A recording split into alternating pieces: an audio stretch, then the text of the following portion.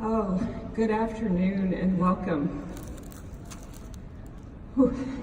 Commanding officers, current, Captain Pearson, previous, Captain Bedrell Barron, Captain Morrow, Captain Martin, Captain Vernier, Captain Stiles, and Captain McKenzie, my sister from another mother.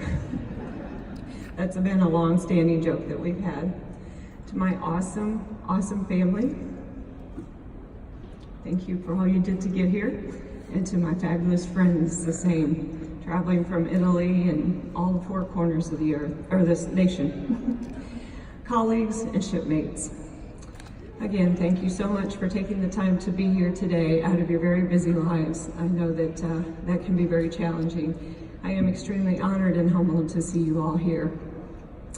I want to give a special thank you to our color guard, the outstanding color guard, our national anthem vocalist and dear friend, Carrie, the working party, and ceremony participants. Today would absolutely not be possible without you.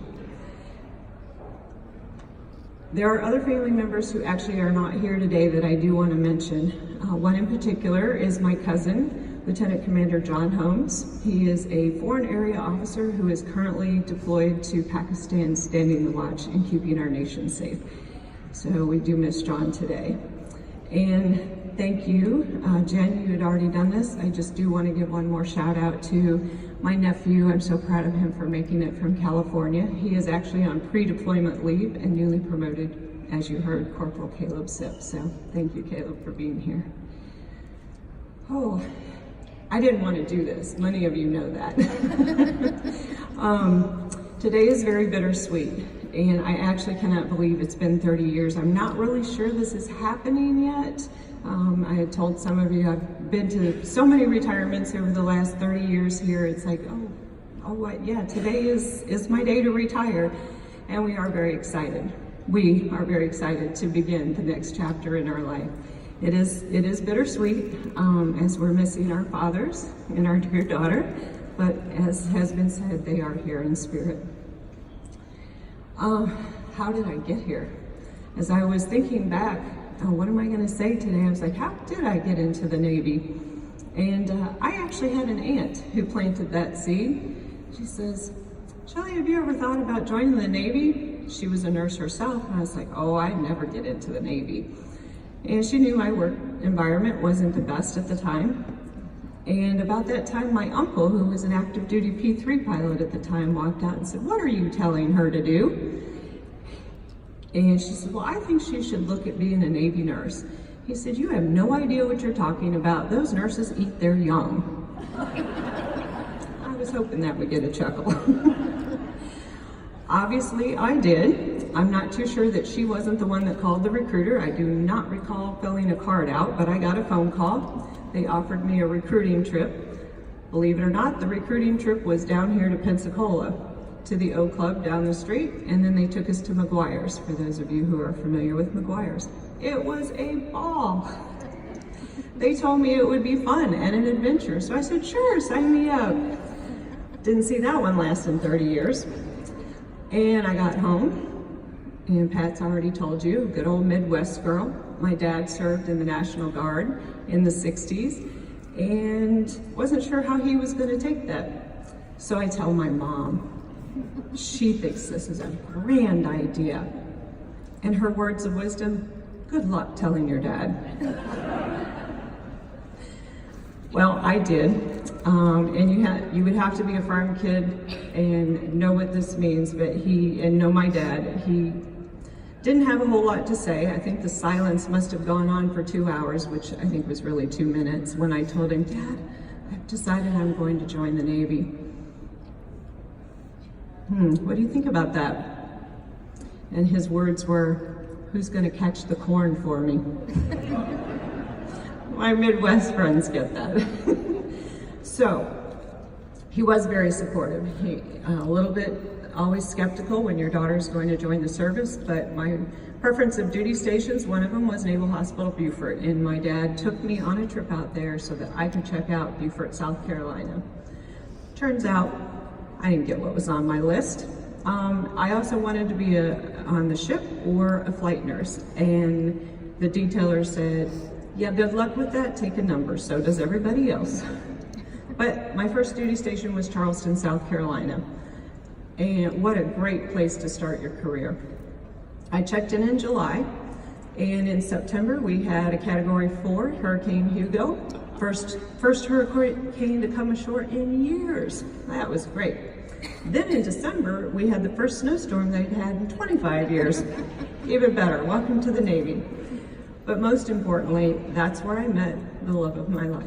So I will forever hold Charleston near and dear to my heart.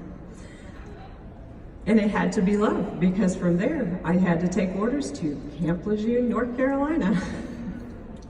But that would turned out to be a great duty station. I had the privilege of meeting Captain Sandy Hearn, a very dear friend, and we had some good times, and she provided a great deal of support.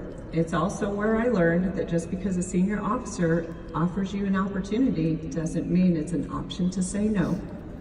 I might have been a lieutenant, but I had a lot to learn. So between Camp Lejeune and my next tour, again, I was following my husband down here to Pensacola. I learned to be flexible and meet the needs of the Navy. And I think between those two duty stations, I had 9 different jobs and learned the phrase, bloom where you're planted. But I also gained a whole lot of invaluable experiences that really started to shape my career. But as most of us do, when we get to that 9-10 year mark, we start to think, oh, do I want to stay? Do I want to go?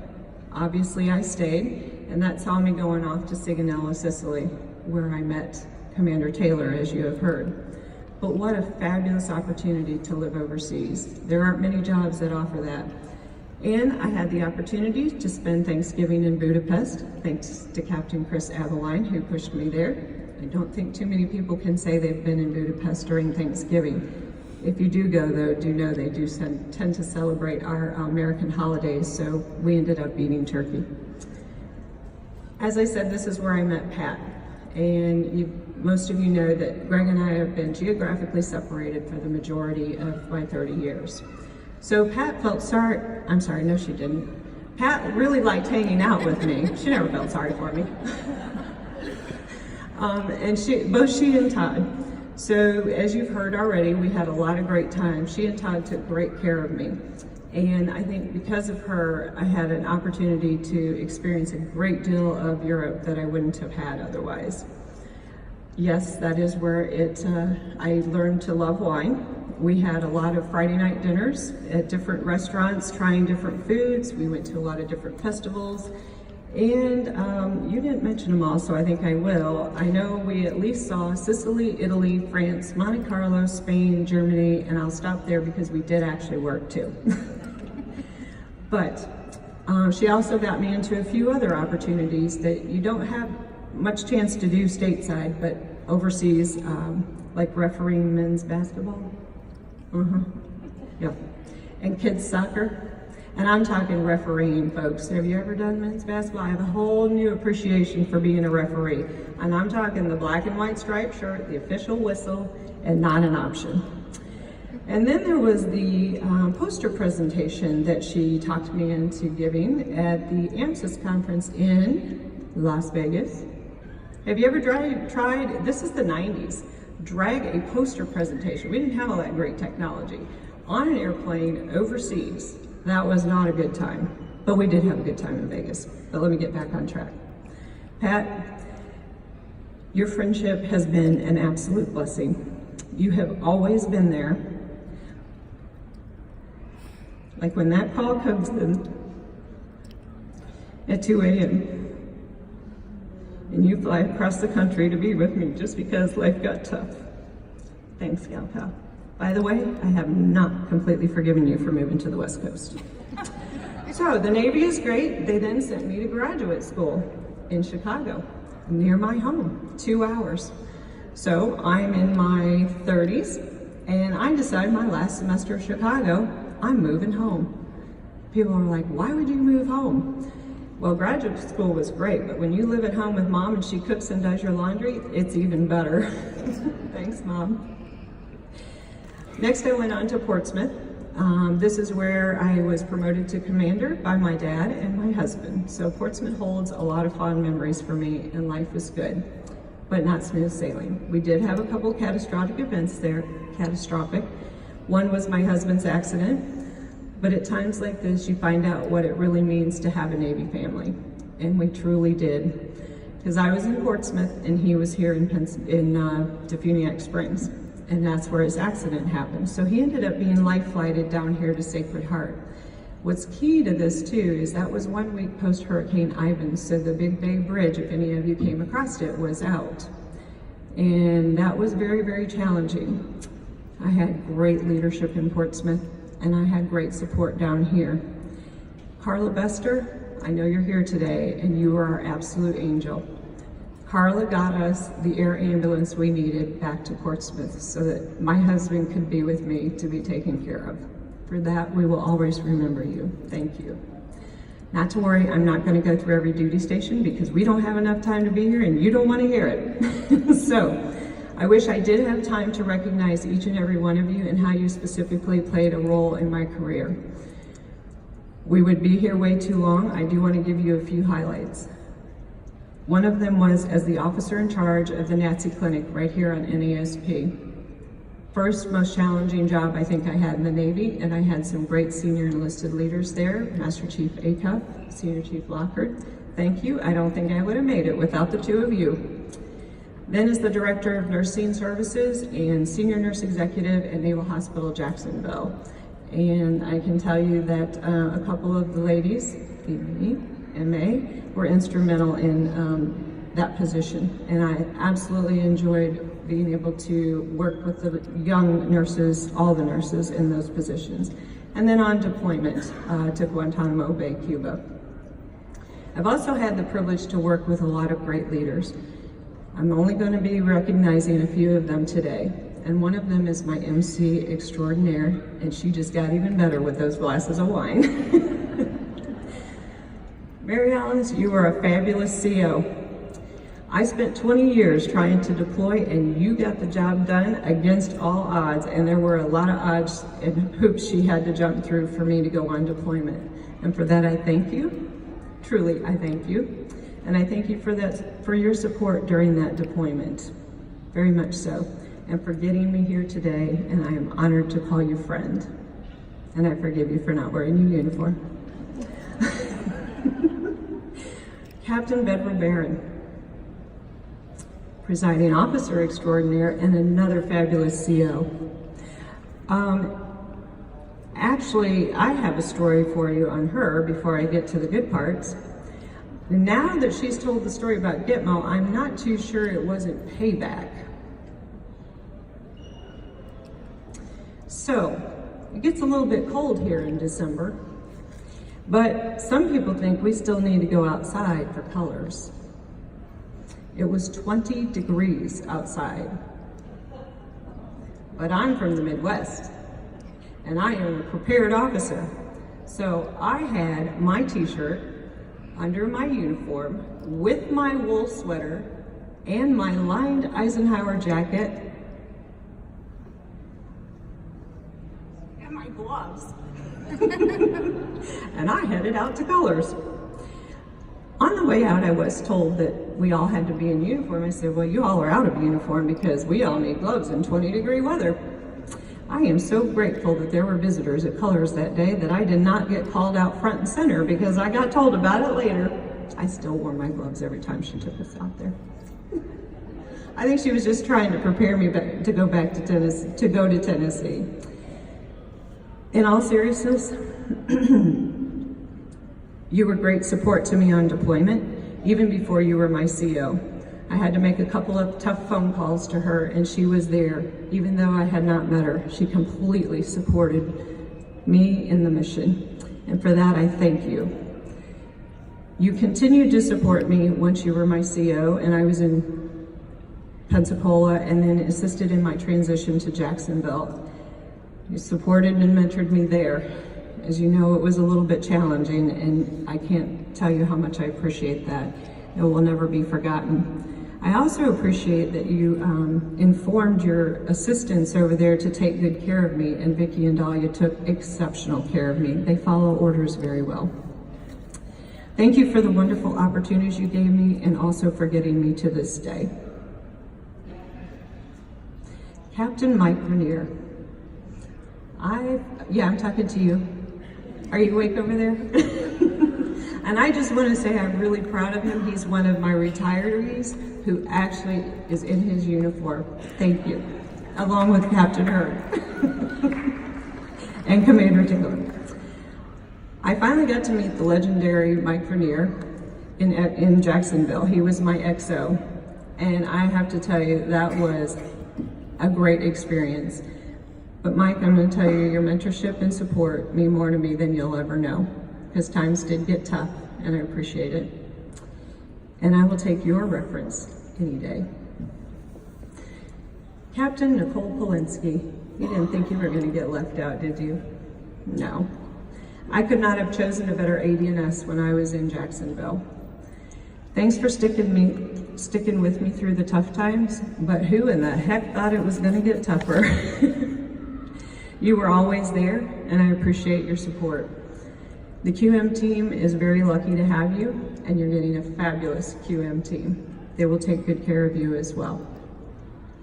Who knew when we worked together right there on the 6th deck here in Pensacola back in the 90s that we'd be back here at the end for both of us. And I really look forward to you being my neighbor, our neighbor in Tennessee as well. Thank you for your friendship and support. So, I've already said I can't believe it's been 30 years. It's been a great career. I love being a Navy nurse. It's been real, it's been fun, it's been real fun, real challenging, and a few times thought about getting out because of the geographical separations only.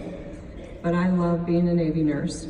It is truly an honor and a privilege to care for the men and women who wear the cloth of our nation and care for them and their families, all who are serving. And just as a bonus, we get to train, guide, mentor, and lead our junior nurses and corpsmen. For those who don't know, our corpsmen are the first line of medical support for our sailors and Marines, soldiers and airmen on the battlefield. And I don't know of any other organization that takes an 18-year-old high school graduate and says, you're going to be a hospital corpsman and you're going to save the lives of those you fight with. It is an honor to care for them and to train for them to care for our comrades in arms, and that is what kept me in, truly, the great young people I had the privilege to serve with. But now it's time to turn it over and move on. And as you've already heard, in the military, we cannot do what we do and get where we are without the support and love of our families, friends, and shipmates. Lieutenant Commander Leahy, Lieutenant Brown, Lieutenant Howe, Lieutenant Q, Lieutenant Allman, Lieutenant DeHart, Lieutenant Miller, Lieutenant J.G. Van, Lieutenant J.G. Reyes, Ensign McClinton, HM1 Ellis, HM1 Beebe, and all the other junior nurses and sailors. It has truly been a pleasure to serve with all of you. You are our future Navy leaders, and I thank you all for all you have taught me and the trust that you have given me. To all of my family, thank you for your support and encouragement. It came in many different ways. To my brothers, Tim and Toby, and their wonderful families. Brothers, you are the best. If I make a phone call to you, your question is, what can I do for you? You have always been there. Thank you. Channing, you've put up with a lot of absence and a lot of other stuff. Thank you for taking the time to be here, and we look forward to spending more time with you. Mom, you and Dad raised me well. Sometimes the Navy looked easy. You knew I had to say that. Seriously, you gave me a strong foundation of values and work ethic. You've always been my best friend and my biggest cheerleader. My success is your success. I love you and thank you for all your support, guidance, and love. Okay, husband.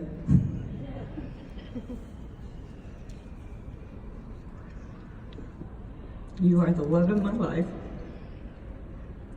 Okay, I'm gonna do this. And best friend. And we made it. The question is, are we gonna make it? That's really the question.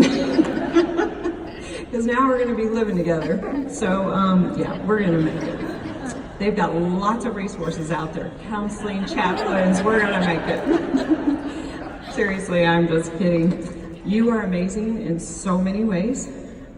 You served honorably for 24 years, and then you retired and took care of the home, a business, a couple other businesses, our mamas, and supported me in absolutely every way for the last 28 years. You did everything so that I didn't have to worry or have any stress in my life. You're one of a kind. I thank you for your service to your country and to me. And I'm so excited for our next adventures and to live with you. I love you. So the final tour, Naval Hospital, Pensacola. Once again, this was not the job I had asked for when I came to Pensacola, but that's the Navy way. You meet the needs of the Navy. Quality management was never on my radar. Turns out I absolutely love it. Bloom where you're planted. So I found what I finally want to do when I grow up. So now that I've hit 30 years, I guess I've grown up.